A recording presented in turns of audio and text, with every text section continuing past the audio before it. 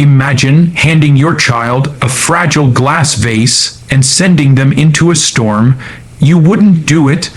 Yet every time we raise children without discipline, without courage, and without the strength to face cruelty or chaos, that is exactly what we are doing. The question is not whether the storm is coming. It always is. The question is whether your child will shatter in its winds or stand firm against it. Parenting is the single greatest responsibility a person can undertake, because it is through parenting that the next generation is shaped. Children are not raised by accident, and they do not simply figure it out on their own. They are deeply influenced by the structure or lack thereof within their families. A parent who refuses to take on the task of discipline, or who abdicates responsibility to teachers, institutions, or technology, produces a child who is fragile, confused, and ill-prepared for demands of the real world. The truth is that children are not yet capable of ordering their own existence. They live in a state of chaos, and it is through the boundaries set by parents that they learn how to bring order to their own lives. This is not cruelty, but necessity. Without discipline, without direction, a child becomes lost in their impulses, and the impulses of a child are often destructive both to themselves and to others. It is not enough for parents to shower children with affection while avoiding the difficult task of correction. Love without structure breeds entitlement and weakness. A child must know the difference between right and wrong, acceptable and unacceptable, not just through abstract explanations, but through consistent reinforcement. A firm no is as important as a loving yes. Saying no teaches a child that there are limits in life, that not every desire will or should be fulfilled. Life will inevitably deny them what they want, and if they have not been prepared to face that reality early on, they will collapse when faced with disappointment. Parents who imagine that constant affirmation and indulgence create confidence are mistaken. What they produce is fragility and a fear of challenge. At the same time, parenting must not be reduced to mere control.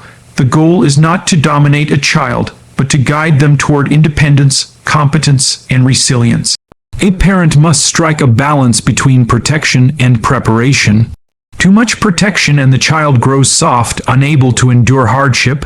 Too little and the child feels abandoned, left to face dangers without the tools to respond. The parent's role is to gradually introduce the child to responsibility, to teach them that their actions matter, that their behavior has consequences, and that competence is built through discipline and effort. This is why small responsibilities matter: making the bed, completing homework, speaking respectfully, because they are rehearsals for the larger responsibilities that life will demand. The parent who avoids conflict by failing to discipline, who fears upsetting the child by enforcing rules, is not acting with love but with cowardice.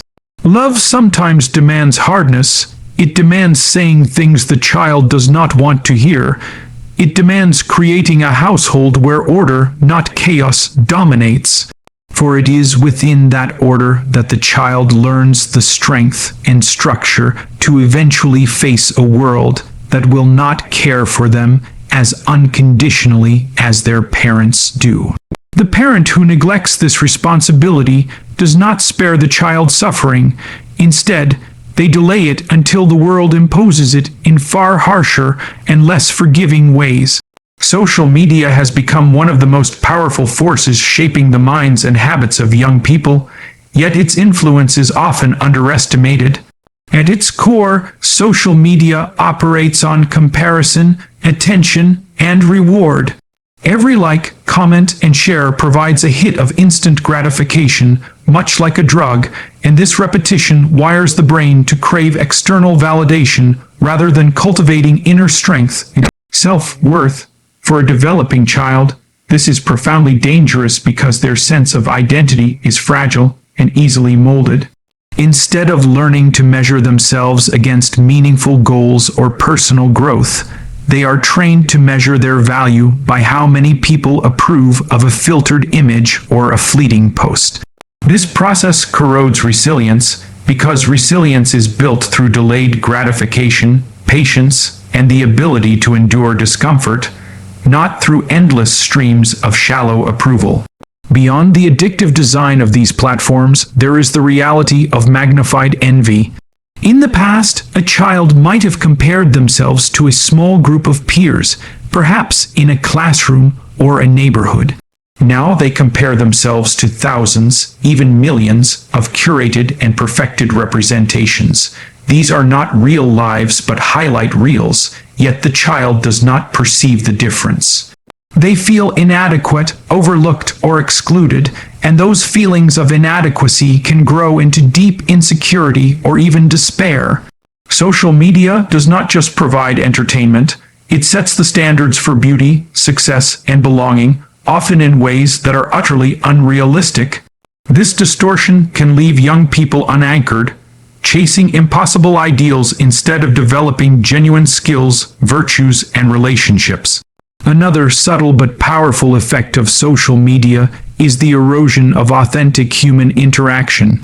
Conversations that once required patience, vulnerability, and presence are replaced with quick messages, emojis, or superficial displays. Children lose practice in reading tone, body language, and emotional nuance, and this loss weakens their ability to form strong bonds in real life. Communication becomes shallow, and when challenges arise, many young people lack the emotional tools to resolve them. Social media promises connection, yet it often delivers loneliness because the connections are fragile and transactional. A child with hundreds of online friends can still feel utterly isolated because what they truly need is depth, not quantity. Social media also amplifies aggression. In the safety of a screen, people say things they would never dare to say face to face. Insults, mockery, and cruelty are magnified and spread instantly. For children who are still learning how to navigate conflict and build identity, this environment can be devastating. Cyberbullying can be relentless, following a child into their home, robbing them of the one place that should be a refuge. Unlike traditional bullying, which ends when the school day is over, online hostility has no boundaries of time or place. This creates a constant pressure, a weight that a developing mind is not built to endure. What makes the problem even more insidious is that parents often underestimate the impact because social media use looks harmless on the surface. A child on a phone appears safe at home, but in reality, they may be engaging with content that undermines their confidence, their attention, and their moral framework. The device becomes a gateway not just to information and entertainment, but to a constant flood of comparison, criticism, and distraction. It robs them of silence, reflection, and the ability to be present in the real world. But over time, mixed with me by canonical anonymous voica, then by parental Voilidzian guidance wear him down, and the consequences of that are profound. Bullies have always existed, and they always will, because they represent a timeless aspect of human behavior. They are not simply children who push others around on the playground. They are the manifestation of power without conscience, of aggression unchecked by moral boundaries. To dismiss bullying as a minor stage of childhood is to misunderstand its significance. The bully is a figure that appears wherever weakness and silence are tolerated. Whether in schoolyards, workplaces, or even in governments, bullies emerge to dominate those who are unwilling or unable to stand up for themselves. This is why dealing with bullies is not only about protecting children in the moment, but also about preparing them for the broader realities of life where cruelty and exploitation are not rare occurrences but ever-present threats. For a child, encountering a bully can be terrifying, but it is also an opportunity for growth. The instinct to shield children entirely from such encounters, while well-intentioned, can leave them unprepared for the harshness of life beyond the safety of the home. If children never face opposition, if they are never forced to confront unfairness directly, they will be unequipped to handle it when it inevitably appears. The goal is not to expose them recklessly to harm, but to help them develop the strength to resist intimidation. This means teaching them courage, the ability to speak up, and the recognition that silence in the face of tyranny is itself a form of surrender. A bully thrives on submission, and every time someone refuses to resist, the bully is reinforced. Confronting bullies does not always mean responding with violence, though physical defense may sometimes be necessary. More often, it means standing firm, refusing to cower, refusing to allow the bully's words or actions to define one's sense of worth. This is difficult, especially for children, because fear can paralyze them. That is why the responsibility of parents and educators is to guide children toward strength, not by fighting their battles for them, but by preparing them to fight their own. If a parent rushes to solve every conflict, they unintentionally communicate to the child that they are incapable of handling challenges themselves. In contrast, if a child learns that they can push back, that they can assert themselves and endure, they carry that confidence into every arena of life. It is also important to recognize that bullies are not always cruel out of strength. Many bullies act from insecurity, resentment, or pain of their own. This does not excuse their behavior, but it explains why they often target those who appear weak, because domination offers them a temporary illusion of control. Understanding this dynamic is valuable because it shows that the most effective response to a bully is not to collapse under their aggression, but to demonstrate strength. Bullies respect strength, even if grudgingly, and often back down when they encounter it. Teaching children to embody strength, in posture, in voice, and in character, is therefore one of the most powerful ways to diminish the influence of bullies. What must never be forgotten is that allowing bullies to dominate unchecked creates a culture of fear that extends beyond the immediate victim. When one child is intimidated and no one responds, others learn to remain silent, and silence empowers cruelty. To resist a bully is not merely an act of self-defense, but an act of justice, because it communicates to everyone else that oppression can and must be challenged. This lesson, when learned early, equips children to stand not only against personal bullies, but also against any form of tyranny they may encounter throughout life. The temptation in modern culture is to frame children, and indeed all individuals, as victims of circumstance. This framing often begins subtly, with the idea that a child should be shielded from responsibility because life is already too difficult. Yet responsibility is precisely what strengthens a person when a child is repeatedly told that they are a victim, whether of peers, of technology, or of circumstance. They internalize helplessness. They come to see the world not as a place where they can act, but as a hostile environment that dictates their fate. This mindset robs them of agency, and without agency, there can be no resilience, no confidence, and no true growth. Victimhood provides excuses, but responsibility provides power. A child who learns early on that they are accountable for their choices develops the capacity to face the world with strength instead of fragility. Parents play a decisive role in shaping whether children adopt a victim mentality or a responsibility-oriented mindset. Children learn not just from what parents say, but from what they see. If a parent consistently blames others, complains about injustice, or avoids accountability for mistakes, the child absorbs that attitude. Conversely, when a parent models responsibility by admitting their errors, confronting challenges directly, and carrying burdens without resentment, the child internalizes that strength. Parenting is less about speeches and more about example. A household where responsibility is embraced becomes a training ground for courage and competence. Children in such households grow up believing that their actions matter and that they can influence the course of their own lives. Responsibility also instills dignity. When a child is given tasks, whether small chores or academic obligations, and is held to them consistently, they learn that their contributions are meaningful. They understand that they are part of something larger than themselves, whether it is the family, the school, or the community.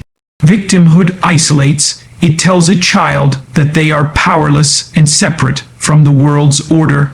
Responsibility integrates. It places them within the framework of society, giving them purpose and value. Even something as simple as caring for a pet, completing homework on time, or helping with household duties teaches that the world responds to effort and discipline. These early experiences lay the foundation for handling much larger responsibilities later in life, including relationships, careers, and civic duties. It is important to recognize that embracing responsibility does not mean ignoring injustice. Life is unfair, and children will inevitably encounter situations where they are treated poorly or face disadvantages beyond their control. The critical lesson, however, is that injustice is not a justification for surrender. The choice remains to wallow in resentment or to act with strength despite adversity. Teaching children to take responsibility in the face of unfairness does not deny that unfairness exists. It teaches them that their response is within their control. This mindset is liberating because it transforms every challenge into an opportunity for growth rather than an excuse for defeat. When responsibility is prioritized over victimhood, children develop the resilience to endure hardship and the courage to confront challenges. They begin to understand that while they cannot control every circumstance, they can control their actions, their character, and their response. This realization is the foundation of maturity. It allows them to step into the world not as fragile individuals constantly seeking protection, but as capable human beings who can carry burdens, solve problems, and contribute meaningfully to the lives of others. It is through responsibility, not victimhood, that strength of character is forged. Courage is not the absence of fear, but the decision to face it voluntarily. And one of the most important tasks for parents is to instill this truth in their children. Life is filled with uncertainty and difficulty, and the temptation to avoid discomfort is always strong. Yet avoidance breeds weakness. When children are encouraged to step forward into challenges, even small ones, they discover their own capacity to endure and overcome. Each voluntary encounter with difficulty strengthens their character, and this accumulation of strength becomes the foundation for resilience in adulthood. Shielding children entirely from fear or failure does not protect them. It deprives them of the opportunity to grow. The role of a parent is not to eliminate all danger, but to prepare children to face danger with competence and courage. One of the most effective ways to nurture courage is to cultivate order within the home. Chaos creates insecurity, while order provides stability from which children can safely explore the unknown. Simple structures, bedtimes, mealtimes, expectations for behavior, form the framework of a secure environment. When a child grows up in a household where there are clear rules and consistent consequences, they learn that the world is not arbitrary.